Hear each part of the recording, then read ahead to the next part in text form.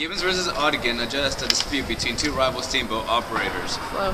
One, Aaron Ogden, had an operating license valid under New York law. The other, Thomas Gibbons, had an operating license issued by the federal government, but not recognized by the state of New York.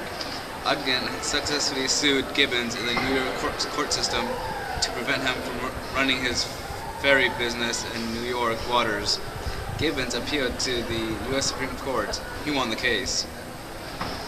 The legal battle between the two rivals raised the question of which government, New York or the United States, had the right to regulate commerce between the states. The Supreme Court asserted the supremacy of federal law over state law and held that the Constitution, Article 1, Section 8, Clause 3, gave Congress the exclusive right to control commercial interaction between the states and their citizens.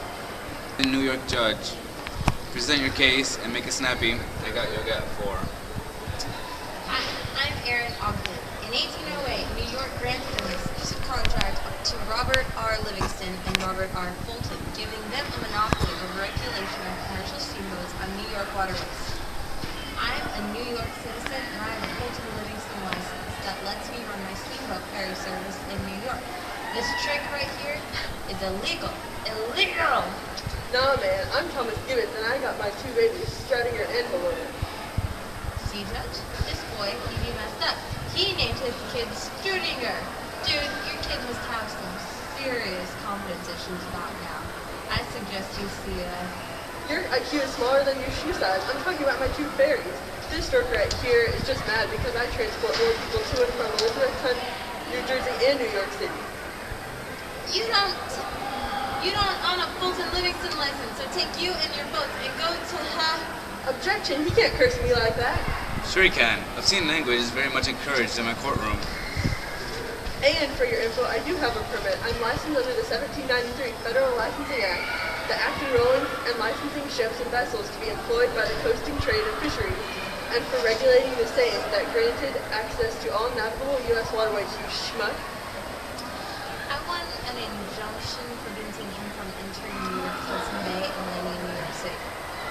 Wait, did you call me a schmuck? I mean, who even says that? I object on the grounds that Congress holds authority over navigable waterways despite other state laws, federal laws over state laws. Okay, so because I follow my state's laws, I'm gonna say Mr. Gibbles. It's Gibbons. You mistaken me for someone who cares. Injunction is issued, Mr. Gibbles. You may no longer operate your steamboats in a territory controlled by Fulton Livingston. It's Gibbons. Yeah, tell it to someone who gives a shiz. This is blasphemy. Federal laws over state laws. I will appeal to the Supreme Court. And we enter the Supreme Court, where Miss Cudahy is our Supreme Court official in disguise as Alex, the Supreme Court judge. Thank you, Miss Cudahy, for being in our video. And who is the next line? This part will definitely be edited out. Who is the next line? Judge? Okay. Ready, set. Beep. Okay, go. Okay, let's do this thing. Who's suing who? I want to assert my rights under the 1793 Federal Licensing Act. It insists that federal legislation superseded state statuses. Man, there ain't no federal law preventing New York from regulating business within its boundaries. Stick that on a lollipop and suck it.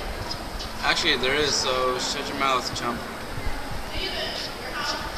6 people vote.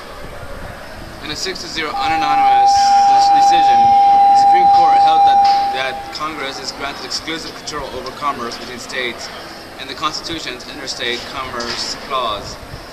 Article 1, Section 9, it further limited states' abilities to inhibit competition from foreign, out-of-state businesses.